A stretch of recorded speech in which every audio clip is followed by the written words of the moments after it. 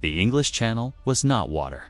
It was a slurry of gray ice, diesel oil, and vomit. Inside the landing craft Assaultel CA-912, the world was reduced to a vibrating steel box, 36 feet long and 10 feet wide, smelling of wet wool and terror. Private First Class Arthur Vance sat with his knees pulled against his chest, the cold steel of the hull pressing into his spine. He wasn't thinking about the Nazis. He wasn't thinking about liberty, or Eisenhower, or the crusade in Europe. He was thinking about his socks. They were already wet.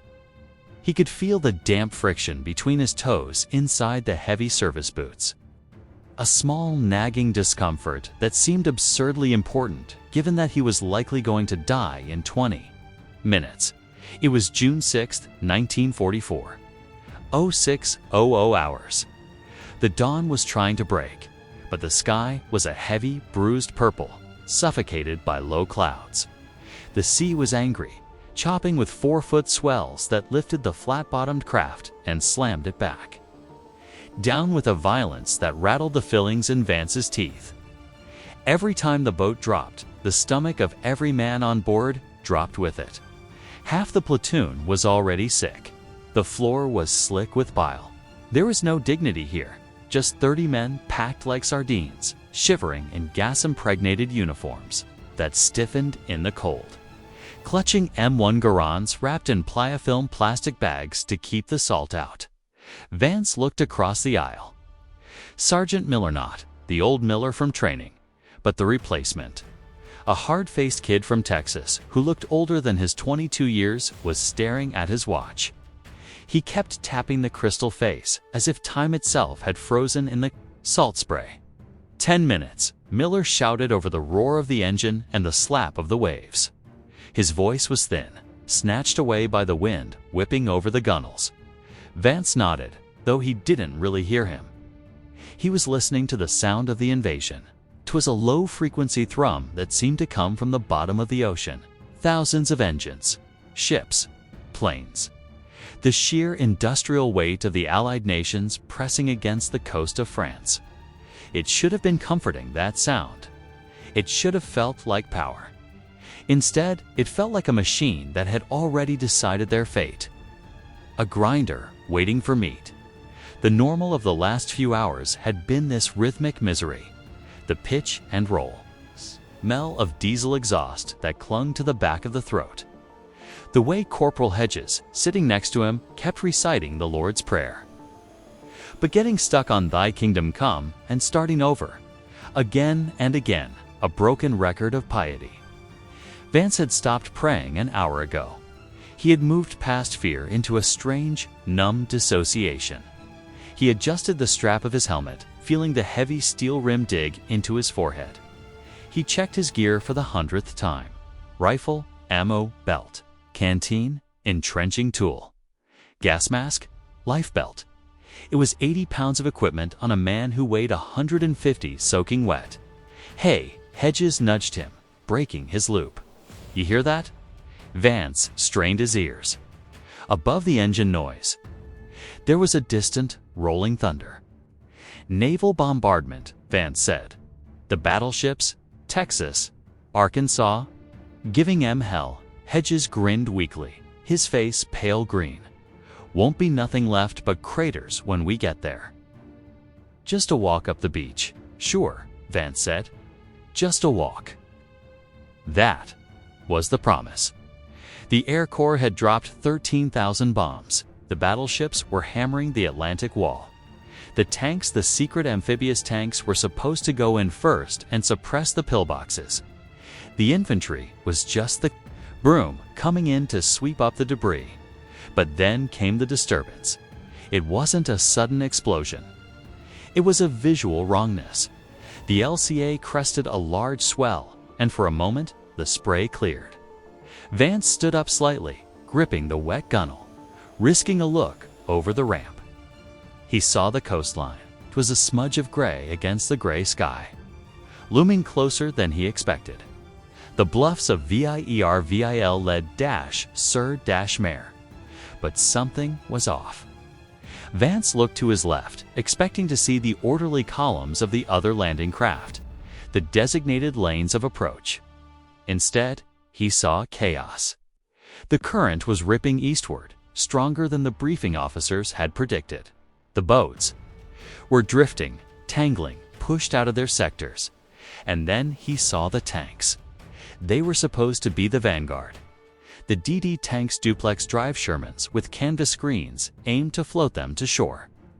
Vance watched a landing craft tank drop its ramp 1,000 yards out. The tank rolled off, looking monstrous and invincible. It hit the water. It didn't float. The heavy seas swamped the canvas screen instantly. The tank dropped like a stone, vanished beneath the gray chop. No explosion, no glory, just gone. Vance watched, horrified, as a second tank followed, then a third. They were launching them too far out. The ocean was eating their armor before the enemy even fired a shot. "They're sinking," Vance whispered. The words tasting of salt. They're all sinking. He looked back at the bluffs. He expected to see smoke, fire, the shattered remnants of concrete bunkers pulverized by the heavy bombers. He saw green grass.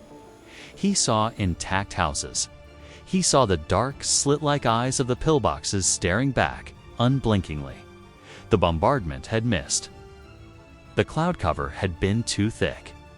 The bombers had delayed their drops to avoid hitting the landing craft. The dumps had fallen inland into the cow pastures of Normandy.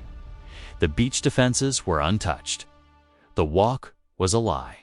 Heads down. The coxswain screamed from the rear. 3 minutes. Lock and load. The boat surged forward, the engine screaming as it fought the surf. The numbness in Vance's chest shattered, replaced by a cold, sharp clarity. The plan was dead. The tanks were at the bottom of the channel. The bunkers were waiting. The sound of the battle arrived before the bullets. It was a buzzing, like a swarm of angry hornets, overlaying the crash of the waves.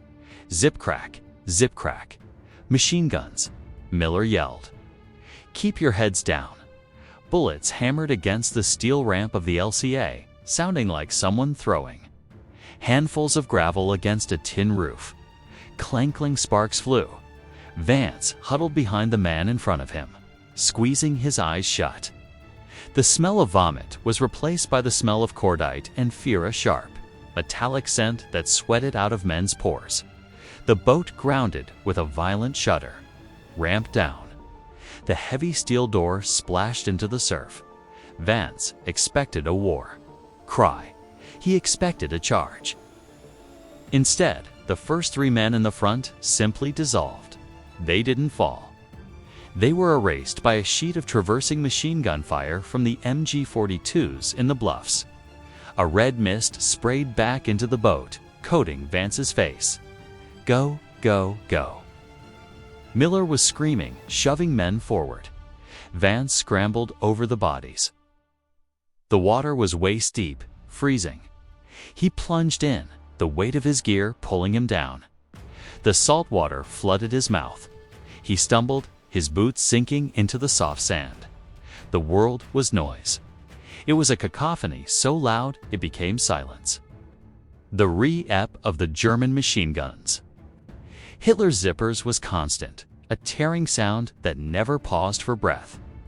Mortars were walking down the beach, throwing up geysers of wet sand and shrapnel.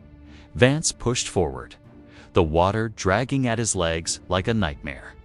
He saw Hedges to his right. Hedges was floating, face down, his pack bobbing in the surf.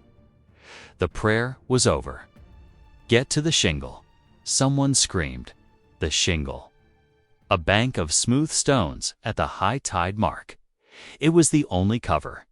Between the water and the shingle was 200 yards of open sand. The killing zone. Vance ran.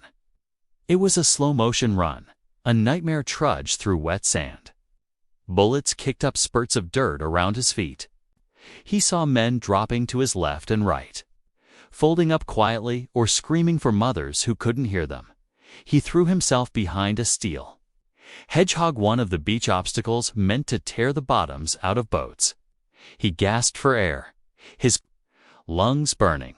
He looked up at the bluff. It was a wall of fire. The bunkers were belching flame. He looked around. The organization was gone. There were no platoons, no squads. Just terrified individuals huddled behind obstacles, paralyzed by the sheer volume of fire. "Move," a voice barked. It was an officer, a captain with no helmet, blood streaming down his face. "You stay here, you die. Move." Vance forced himself up. His legs felt like lead. He sprinted for the next obstacle, a wooden stake tipped with a mine. He dove, sliding into the sand. He was close to the shingle now. He could see the men huddled there, a line of shivering, wet humanity pressed against the stones. He made one last dash, throwing himself onto the rocks. He rolled onto his back, staring up at the gray sky. He was alive. He checked his body, arms, legs, all there. He looked at the man next to him. It was a radio operator. The radio on his back was smashed, a mess of wires and tubes. The operator was staring at the bluff, his eyes wide, unblinking. "The wire," the operator whispered. "We gotta cut the wire." Vance looked up. At the top of the shingle was a tangle of concertina wire. Beyond that, the minefields. Beyond that, the bunkers. "Where are the Bangalores?" Vance asked, his voice cracking. "Where are the engineers?" "Dead," the operator said. "Or drowned. I saw the boat take a hit." Vance looked back at the water. The surf was turning pink. Bodies were rolling in the waves, mixing with the driftwood and the wrecked tanks. It was a graveyard. It was a graveyard.